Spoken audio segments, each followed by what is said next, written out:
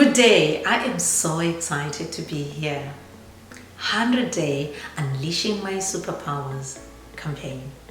We have 40 women across the globe sharing their stories, how they've achieved in a male-dominated work environment. Today, I have the pleasure to introduce to you Anne Pratt.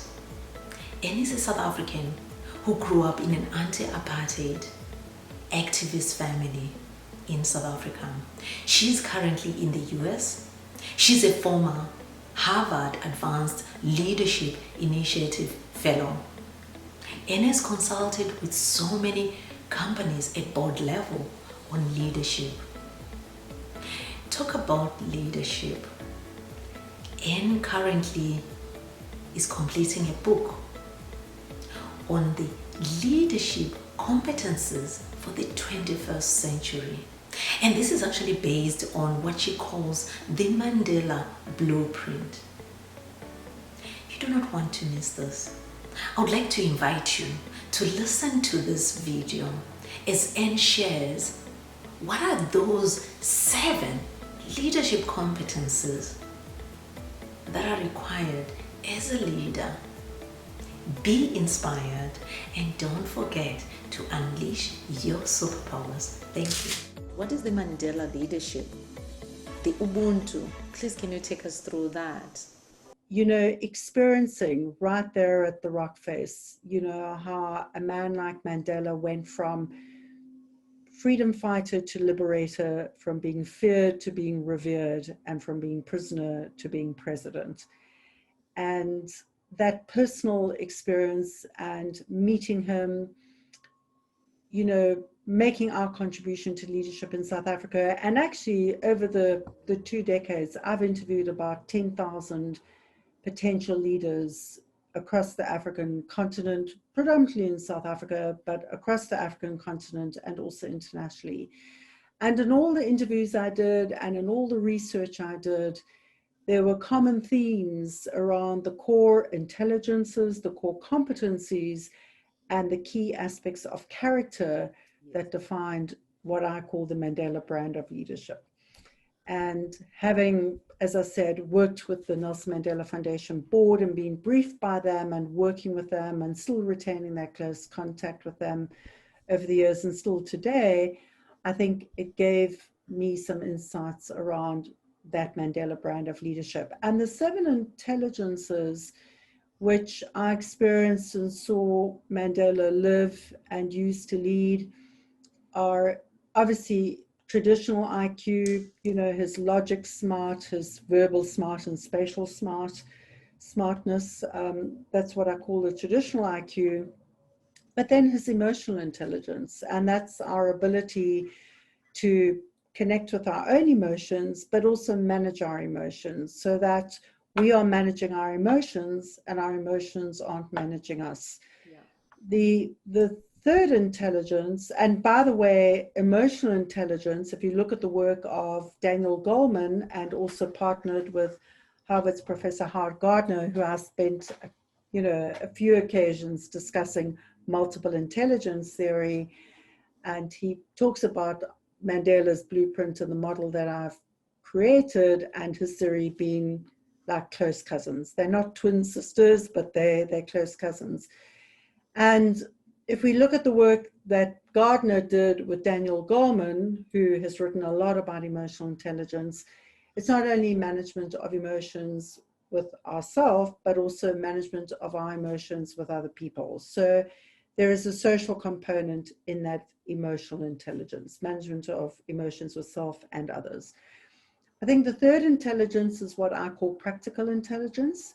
It is the ability to take complexity and make it accessible and relatable to a vast number of people. Yeah. And I think it takes a really intelligent person to take complexity and make it accessible, understood, and relatable to others. And I saw how Mandela did that. I saw how he took this incredible complexity of South Africa and translate it in ways that various factions across South Africa could understand. And I think, just one example of that would be the whole notion of the Rainbow Nation. Yes. So how do you take the complexity of our diversity and what had been a very conflictual background and create this kind of icon and beacon of hope in a way that every South African could understand? The next intelligence is what I call physical intelligence, and that is our cognitive ability to develop a conscious relationship with our bodies and the role of our physical well-being, and whether that be exercise, the way we eat, the way we sleep, etc., in terms of giving us that leadership energy that is required.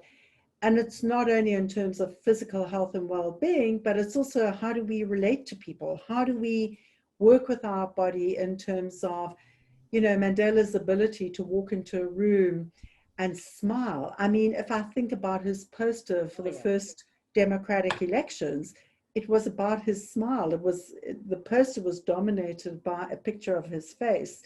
So that is part of our physical intelligence. How do we understand and work with our physicality in a way that enables us to connect with people, connect with the people that have put us, in this position to lead? Yeah. The next intelligence I call cultural intelligence, and that is our cognitive understanding and ability to understand different factions within a group. I mean, whether it be a university, a school, a society. And that cultural intelligence and what Mandela did during his time in prison, in studying Afrikaans history, in studying the Afrikaans language. In fact, I remember feeling incredibly sad, but listening with inspiration to so many messages from South Africa and around the world. And Pik Botha, who was in the apartheid cabinet, commented on how Mandela understood Afrikaans history better than many of the people in the old apartheid government, in the cabinet. So his cultural intelligence, his ability to understand these tribal differences, and not only across the black and white divide, but also understanding what was important to, Chief Mangosuthu Buthelezi of the Zulu nation, and those differences, but meeting people where they are, and that's part of our cultural intelligence.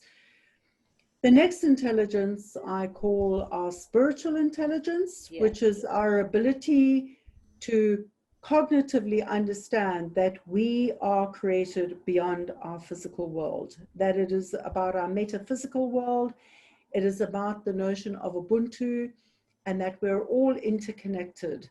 And not only are we interconnected as a humanity in finding our common humanity, but we're also interconnected with planet Earth and our relationship, our human relationship with planet Earth, and that this really transcends us as humanity.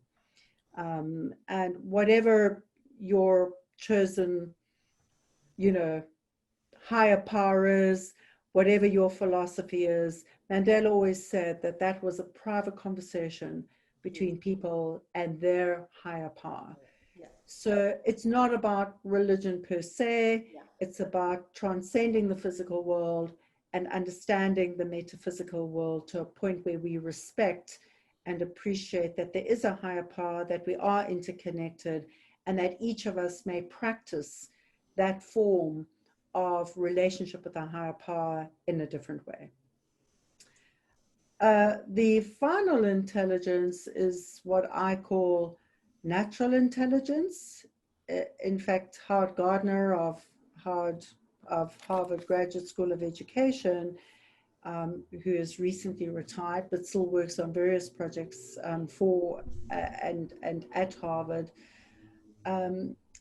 If we look at our natural intelligence and our cognitive ability to understand planet Earth and our human relationship with planet Earth and how planet Earth operates, and many of the scientists that I had the great privilege of meeting and listening to at Harvard, I mean, there is so much scientific data and information that unless we as humanity start reversing this trend, within the next 10 years, we will no longer, after the 10 years, we will not be able to reverse this trend. So that intelligence is equally very important. I don't have a lot of in-depth insights around Mandela's specific relationship with planet Earth, but what I do know about Mandela and his relationship with planet Earth was his childhood, and how as a young child he roamed, the hills and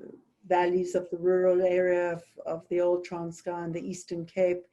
He herded cattle and sheep. He learned about his leadership lessons, by the way, from herding and leading from behind. Yes. and actually leading in such a way that you are herding, sheep and cattle from behind, although they think they are leading from the front, and how that was an important leadership lesson for him. What should you tell those women? What is the one thing you can tell them when they face all these challenges in a work environment? Because then we're carrying all this bitterness about our companies where you're not promoted, you're not recognized. And the majority of women, that's what they're saying.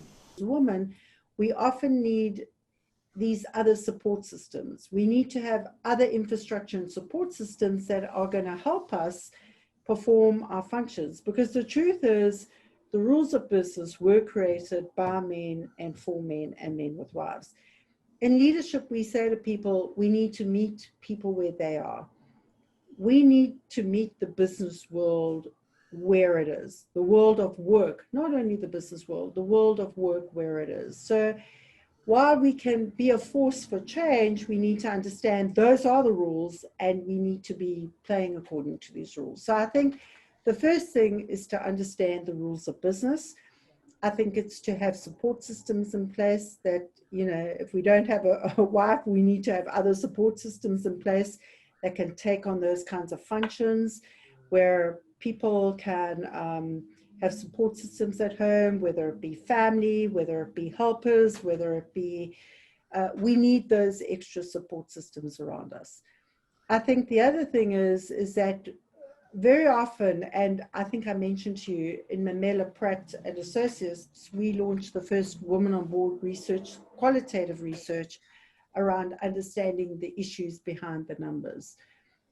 A lot of women move into soft roles, and of course in STEM, this is very different. So for women who are moving into STEM and study, the maths and sciences of the world, and they really have strategic advantage because the digital revolution is already here. Yeah. For women in business and other organizations, often women would educate themselves and acquire the soft skills, but weren't as strong in being able to play that role, whether it be in executive meetings or in board meetings, being able to talk as competently around the numbers, the financials. And the truth is, for any board member to operate effectively, we need to be well educated and well schooled in